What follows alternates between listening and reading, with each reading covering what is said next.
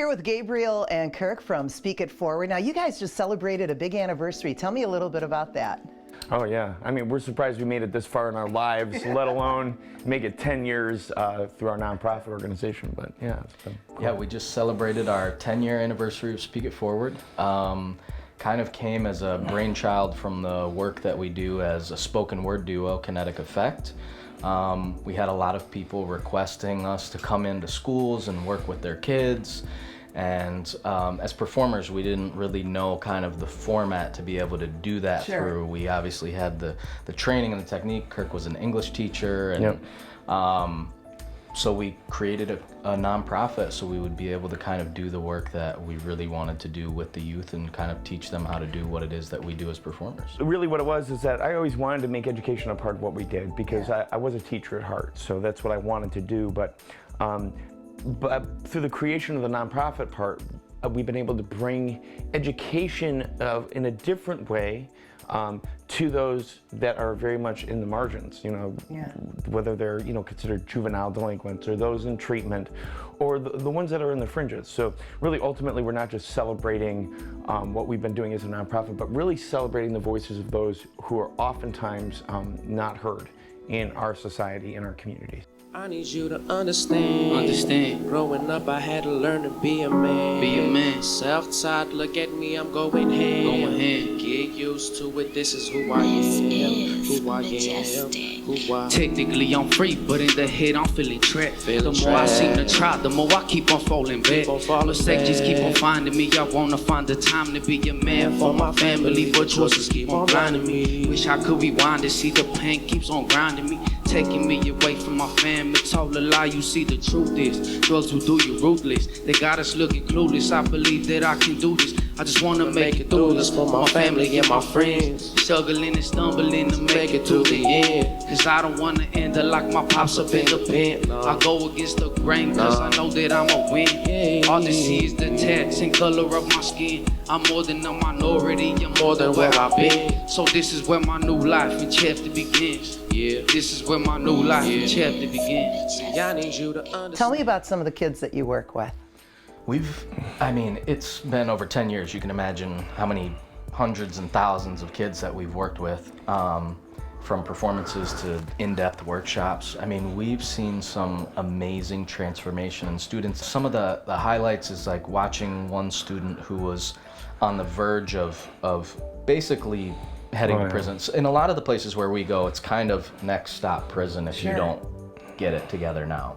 So he was on the verge of failing this program and heading to prison, and just through connecting with him, from getting him to open up, talk about his story, we noticed this change in him, and he went from being, they called him the tiger because he was just this kid who volatile, blow up, and had a lot of control over other people. Yeah. To reaching the highest platform of seniority on campus as an executive leader. I rained unhappy tears that clouded my ability to see where I was going, as if it was all I was destined to do, was walk under ladders and over broken mirrors until my life spun so out of control that I ended up in treatment at Lakeside Academy. At first I struggled to see any hope, and I fought every step of the way, until I realized that I wasn't fighting the system, a treatment center, a diagnosis, or a lost childhood, but rather, I was fighting myself. And soon I remembered that even though my problems made me feel like a lost adult, I was actually still a child who was trying to find her way again in this world, still discovering how to smile and dance in the rain without an umbrella to protect me. And little by little, I slowly learned that the best moments in my life would come after some of the most difficult. That if you want to see a rainbow, sometimes you have to be willing to stand, right? Until the clouds part and the sun comes out again. I learned to get more comfortable with the dark nights and uncomfortable places. And over time, I began to make my way out of those dark caves and closed spaces and allowed myself to grow and laugh and smile. So paint the picture. Tell me a little bit about what the celebration was called and what it looked like. Years ago, we had kind of conceptualized this idea of doing a capstone event at the end of a year where we bring out and highlights from the programs and being the student voices. And it just through our working together and talking about what it should be, it just became known as the Celebration of Success. Primarily it's named that because some of the stories that are talked about are super challenging and very difficult, some of them, but beautiful all the same because they are stories of accomplishment, of championship, of overcoming something so hugely difficult that it would be almost impossible for a lot of people to overcome it, and yet these individuals have. And so that was the impetus to be like, okay, now we need to be like, if we're going to tell them that they actually matter, that our community cares, we need to show them. And so putting them on a big stage does that. I heard about this amazing event put on in the fall by Speak It Forward. Part of me really wanted to participate, but at the time I was too anxious and I didn't think my voice or my story mattered. I attended the event and I was blown away by the supportive audience and the openness that all of the participants had being able to share their stories. It moved me and impacted me so greatly that the next fall I chose to participate and be a part of this incredible and special experience. With the assistance of Jess, Gabe, and Kirk, I was able to create a piece about my mental health dedicated to my mother, who I love dearly. She was able to attend the event, and it moved her to tears.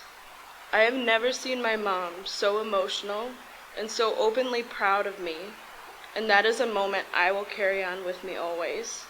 And it would have never been possible without Speak It Forward. Are there experiences that the students specifically go through when they at Speak It Forward? And can you share a little bit about that? So the whole thing has kind of been over time shaped to take them on a journey from laughter to connection, to trust, to starting to push the boundary of that edge, to then going way down the rabbit hole of why are you here? Not why did you get locked up, but why are you really here? And exploring that and telling them it's okay to talk about it and that it's good to actually get it out and process it. And then once they finally start to get to that place where they're like, oh, okay, this is uncomfortable, but then we step it up another level. The whole program is designed to put them in uncomfortable positions for their own benefit. Right. So then we Safely, have, of course. Correct. Yeah. You're doing great things. You're Thank you. changing lives. That's what matters, right? Yeah. Yes. Yeah. If you haven't failed in life, you haven't lived. Because failure tells us that we've taken a risk. That we're still challenging our own limitations. It's only when you cross the boundary of your comfort zone that you begin to open the lid of who you are. And rid yourself of the box that everyone tells you to think outside of. And history favors the risk takers. And now I have so many fragments of who I am that I'm not sure how they all fit together or which pieces are even mine to begin with. And each time I think I catch a glimpse of myself, I find another sharp edge, like broken bits of glass, from each traumatic moment that shattered who I thought I was. So each move, each different placement, each foster home, and each lockup, small pieces of myself got left behind or ripped away, until I've lost sight of the picture of who I'm trying to put together. I never had any instructions, and no one was ever there long enough for me to have any healthy role models to look up to show me what this picture is supposed to look like. So I began to believe that there's something wrong with me. I need you to understand. Growing up, I had to learn to be a man. Southside, look at me, I'm going ham. Get used to it, this is who I am. Technically I'm free, but in the head I'm feeling trapped. The more I seem to try, the more I keep on falling back. Mistakes just keep on finding me. I wanna find the time to be a man for my family, but choices keep on blinding me. Wish I could rewind to see the pain keeps on grinding me, taking me away from my family. Told a lie, you see the truth is drugs will do you ruthless. They got us looking clueless. I believe that I can do this. When you're little, the world is a magical place. It's a world full of fantastic adventures where fire-breathing dragons protect caves filled with gold. At least that's what a childhood should be like.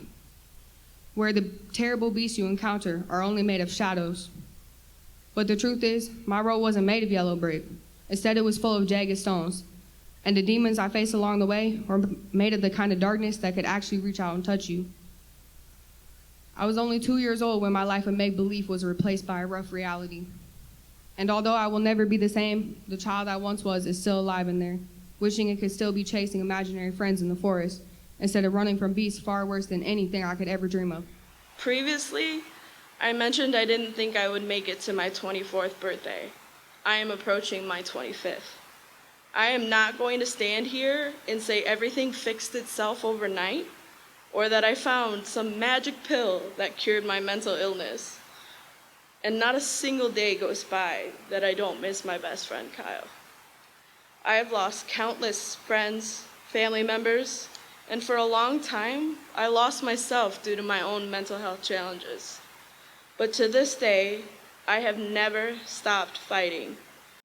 I think about your fate, it's got calculates. Give me arson because my mom is sick.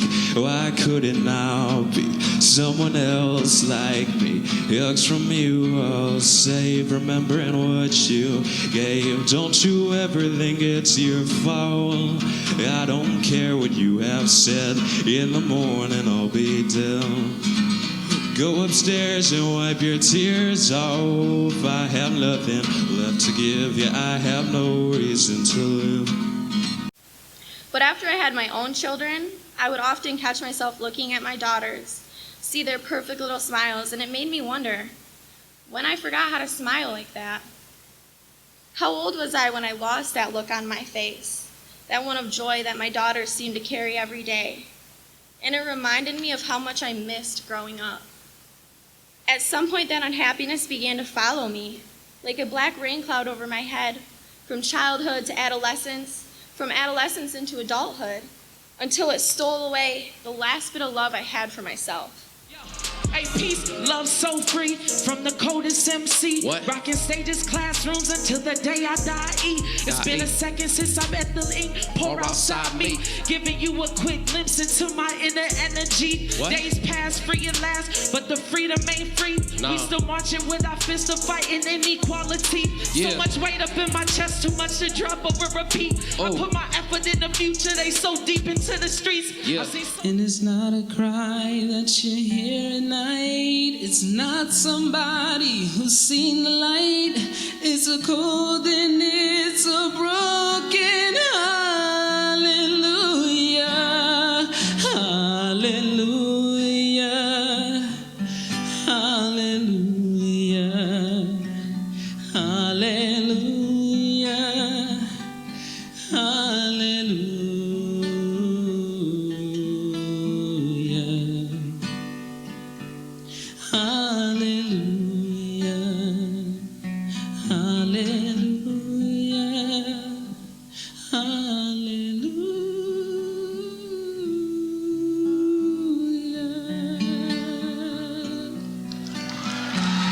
Thank you.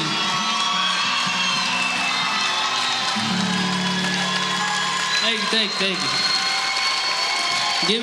Give some to my guitarist too. Give some to my guitarist. Go ahead, man. Do your thing, man. Do your thing. Support for Kalamazoo Lively Arts is provided by the Irving S. Gilmore Foundation, helping to build and enrich the cultural life of Greater Kalamazoo.